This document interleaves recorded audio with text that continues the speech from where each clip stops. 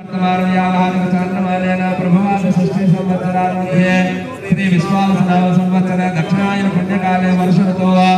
आश्वेजमास शुक्लपक्षे दशमी दिव्यावासनायां बृहस्पतिवासरे शुभ नक्षत्रे शुभ योग शुभकरणे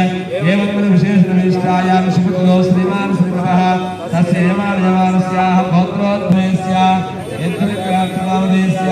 मोहितविक्रामदेस्य सापरमस्सवादस्य गृहसमुदाय प्रांगण सन्निधो श्री विजयदशमी अनुग्रह सिद्धिद्वारा सायंकाल शमी वृक्ष आराधना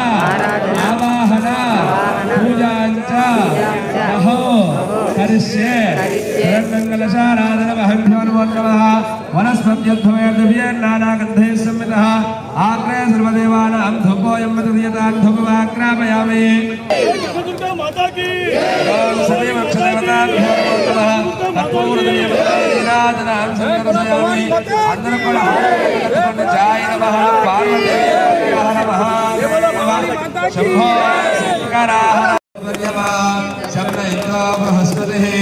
శబ్ద విష్ణుర్విక్రమः బ్రహ్మణే నమస్తే వాయు త్వమేవ ప్రత్యక్షం బ్రహ్మాసి స్వామేవ ప్రత్యక్షం బ్రహ్మ వదిష్యామి గోత్రోద్భవస్య యమాన్యాః పశువేని గోత్రోద్భవస్య ఆయుధాలన్నీ కూడా శత్రువులకు పాముల వలె మిత్రులకు పుష్పమాలల వలె మాకు మాత్రం ఆయుధాలు చెప్పేసి